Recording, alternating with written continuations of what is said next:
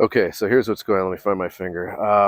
This is a DIY stand for a jointer. The boards run this way, so what you're going to see is these legs splay. They have an angle, and what that does is it keeps the board from tipping, um, because you have long stuff coming in, and you don't want your machine to fall this way.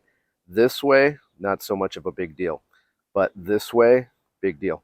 Okay, so I need to change these wheels because they're steel. They're kind of small. They don't roll well. They make a lot of noise, and they're going to tear up my threshold in my back porch. So that's the issue.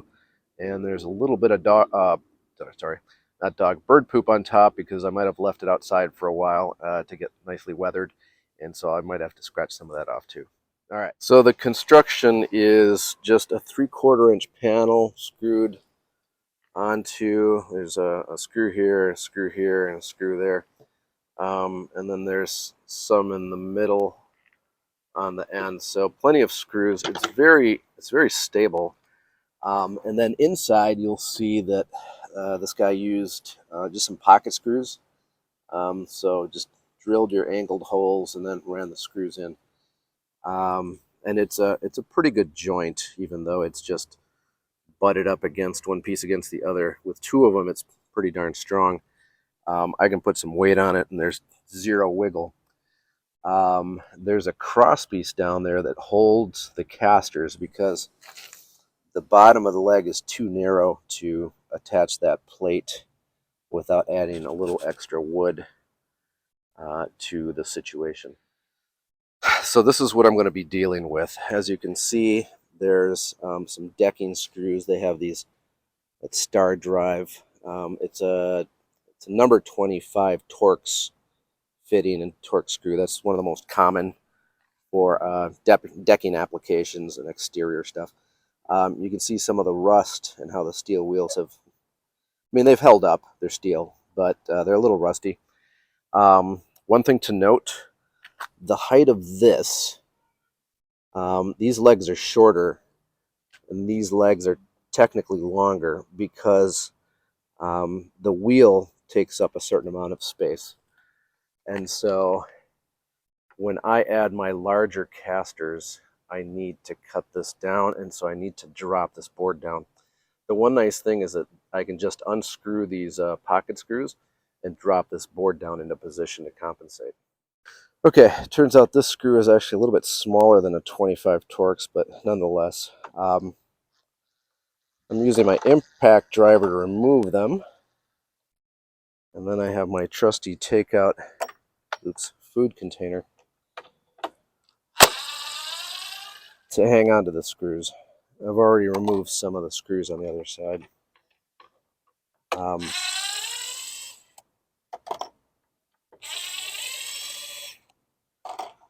I'll repurpose these guys for something fun. Hopefully something not so noisy. Okay, so as you can see, the new wheel is it's wider. It's softer material, some kind of rubber, these high density rubber, and it's quite a bit bigger. Um, if you're not familiar with this contraption, this is a 12-inch long ruler. So you loosen this up, and then it slides back and forth. So if you give yourself a bunch extra, you can let that foot come down until it rests on top. You tighten it up, and it's going to tell you it's a 2.5-inch caster. Get it out of the way. And this is in the same procedure. That is there, right? That's like a 4-inch caster. A 4-inch caster. It's actually a little bit like a 3 3/4, maybe 3.5. Anyways, what do we say this guy was?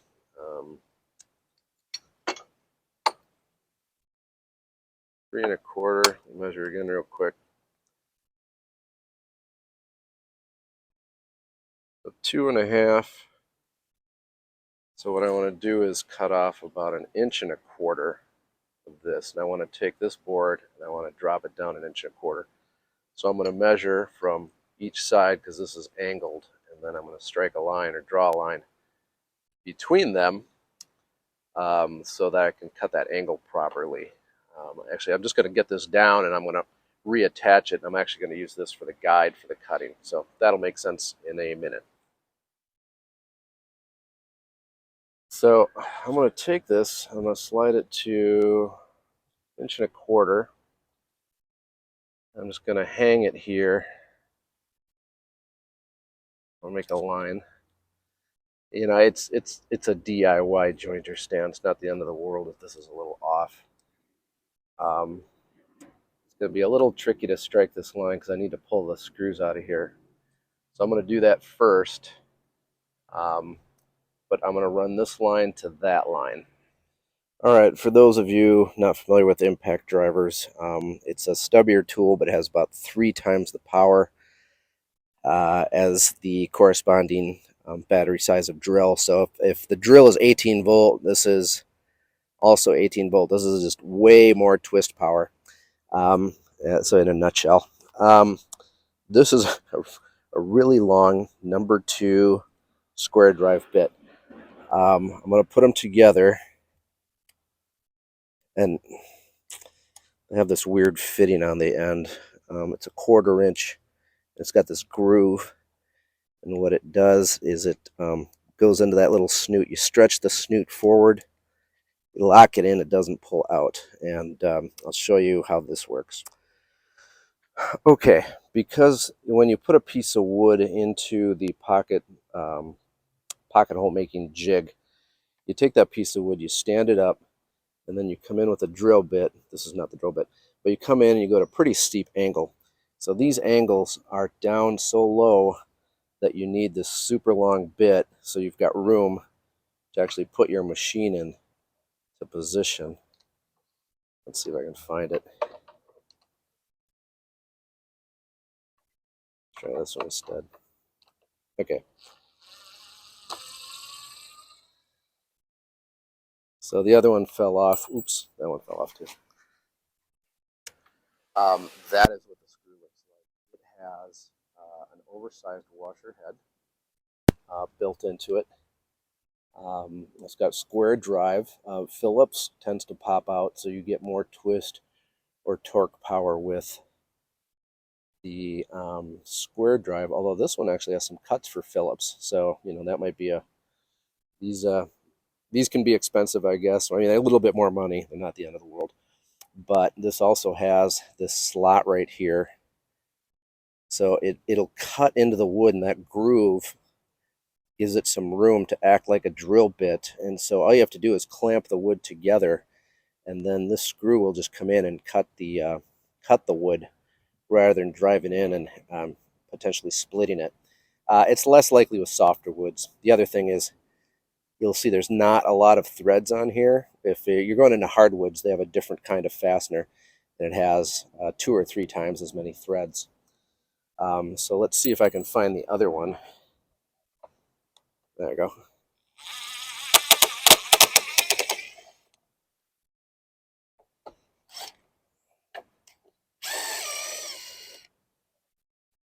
Okay. And then the last thing, you may wonder why these things are blue. This is a weatherproof coating. You can get stainless steel versions of these from Craig. That's who makes this pocket hole system. But you can, those are pretty pricey. If you need something weatherproof, these are coated to last a really long time, probably longer than the wood. So I wouldn't worry about unless you really need the stainless for some reason. The application will dictate when you need to use stainless, but for a lot of weatherproof fastener situations where you want to use a pocket screw, these are going to last a really long time. Okay, so I showed you how I made this 1.25 inch mark, and it really, out here it doesn't matter so much. Where it matters is on the inside. And what I got to do is I'm going to be looking at the top of the board. So I have my ruler set to 1.25 inches, and then I want to eyeball. I'm accurate out on the end, not on the inside. You'll see it kind of angles. So I want to hold this steady. I have one of those kind of angle finders, so if you need to mark an angle, you can kind of twist it and lock it, but honestly, it's kind of lost in the basement, and so this is fine. So I'm 1.25 inches down. So what I'm going to do is I'm going to position the block, and I'm going to look at this line right here, and then I'm going to use the block to act as a guide for a saw, and I'm going to cut off the excess. So that's the line that matters, and that's the place where it matters to get the right height. So I got to mark this other side here, and then I'll be ready to reattach this and then do some cutting. Okay, so we have a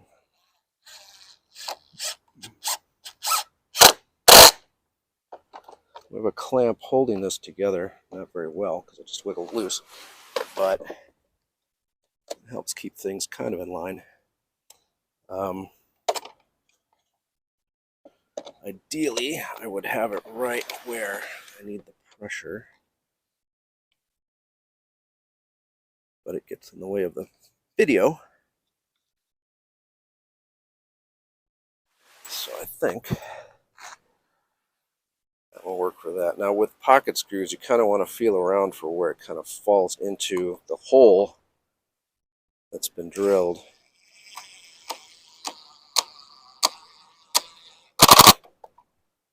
You don't want to over drill it, otherwise you'll kind of rip out the the end of your board.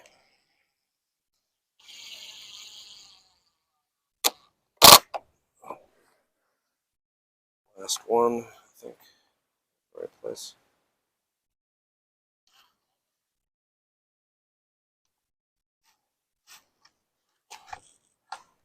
Do that one already? Yeah.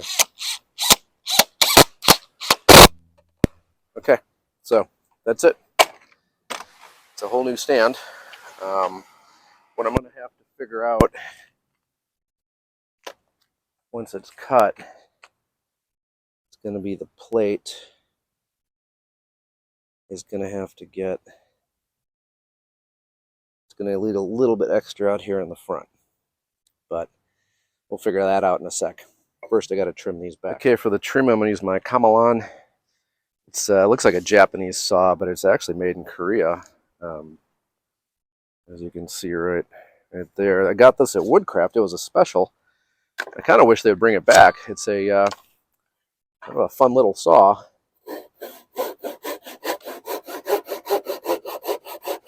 I'm putting my finger here to just keep the blade flat.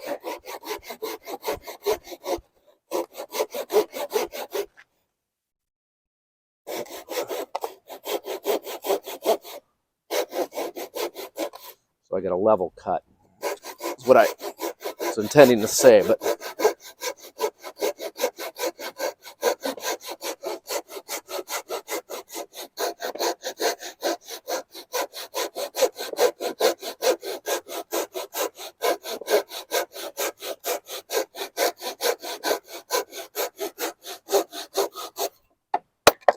yeah, see, a very civilized way to do some woodworking. So yeah, I wish they'd hey, Woodcraft, buy some more of these so I can get some. They're pretty handy, and I have 2 versions. So anyways, otherwise you can get a regular Japanese saw. They cut great. They cut on the pull instead of the push so much, even though I have a tendency to kind of use the Western tile, just kind of shoving it back and forth. So anyways, that is flat. Now I'll just have to figure out how to support that caster over here. Okay, so as you can see, I've got my cross piece reattached here. I've got these cut flush. I just figured out that eyeballing it, it's about 1.5 inches. I'm using my ruler. A 2x4 will reach out even with the plate, and so I can get some washers and I can angle some fasteners in towards, because this thing leans, I can go in towards the bulk of the wood. And then what I'm thinking, I can just cut a 2x4 to go across out here, and I can attach it to the cross piece and to the legs. So that will work out pretty well. I just need a 12-inch piece, and then I should be able to go right in there, and that should be it. Okay, so this isn't exactly rocket science. I'm going to take my pencil, just mark the underside of it. So there we go. I'm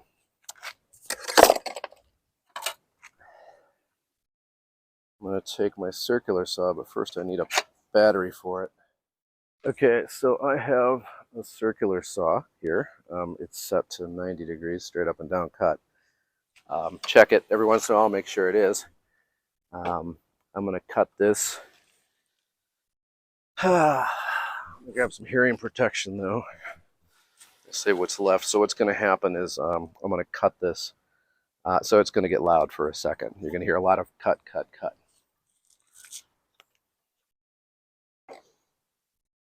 And normally I use a speed square, which I can reference and do a cut. The building framers use them. I have one. I reorganized my garage or my back porch, and now it's temporarily lost. But this is not critical. So 3, 2, 1.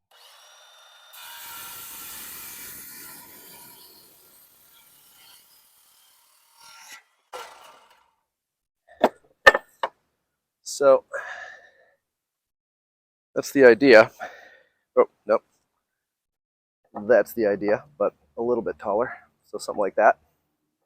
So that's going to look, I think it's going to work well. All right, so what I'm going to do, I'm actually going to use the casters kind of for guides.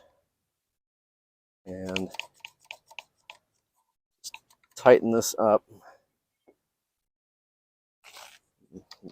Hanging off that side a little bit.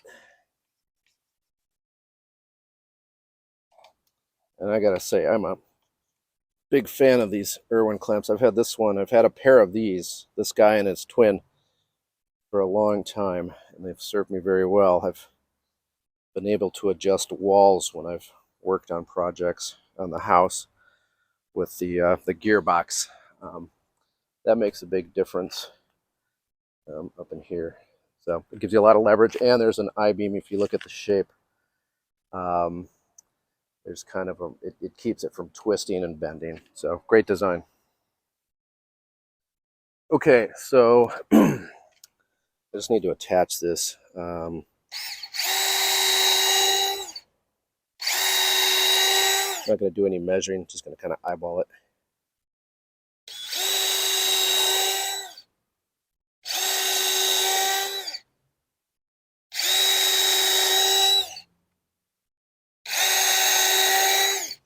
So I have some leftover construction screws, and I wanted to put those pilot holes in just to keep the wood from splitting.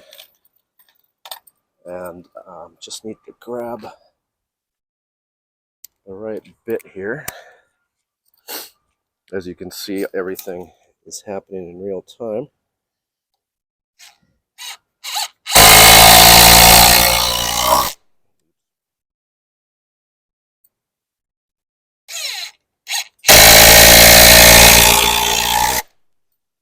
And as you can see, impact drivers are powerful, but they're kind of noisy.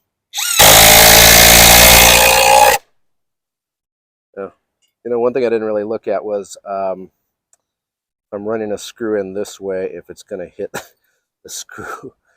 The screw actually, yeah, I want these on the as far outside as possible to keep them.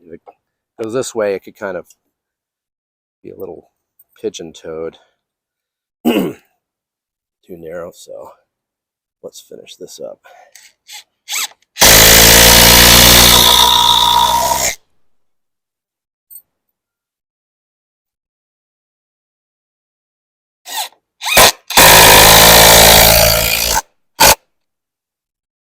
Not much of a planner. I like to just do stuff. So let's see.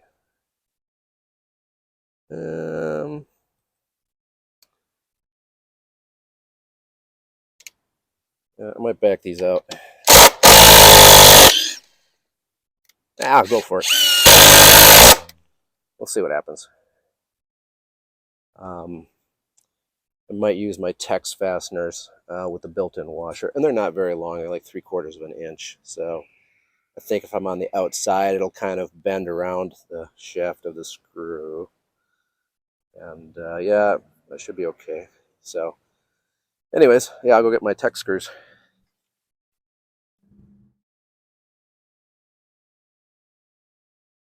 So as you can see, I have 8 Tex fasteners here. It's a Phillips bit. Great, just lost my first Tex screw. Anyways, they have a built-in washer head. And they're quick to use. You know, it's not the longest screw, not the biggest washer, but you know, if something goes wrong on my jointer stand, it's not a big deal. So using a 4-inch screw and a construction grade fastener, it doesn't make any sense. Technically, this is a construction grade fastener for lath, I think, but just to get a little jointer mobilized and back on its stand, these guys will be plenty. I have a good feeling about it. I think I just split my 2x4. Oh, got 3 other points of contact here. Yep, stripped it out.